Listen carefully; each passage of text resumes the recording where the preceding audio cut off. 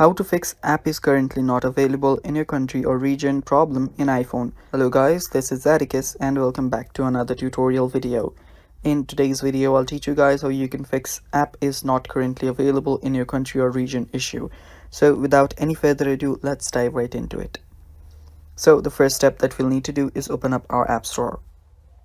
After you open up your App Store, tap on the top right corner on your profile. After you do that, tap on your username or your Apple ID on the top. You can do this from your settings as well. It's completely fine from wherever you do so. After you're on your account setting, you'll need to head over to country/region option. Tap on it, and after you tap on it, change your country or region to some place else, such as the US or the UK.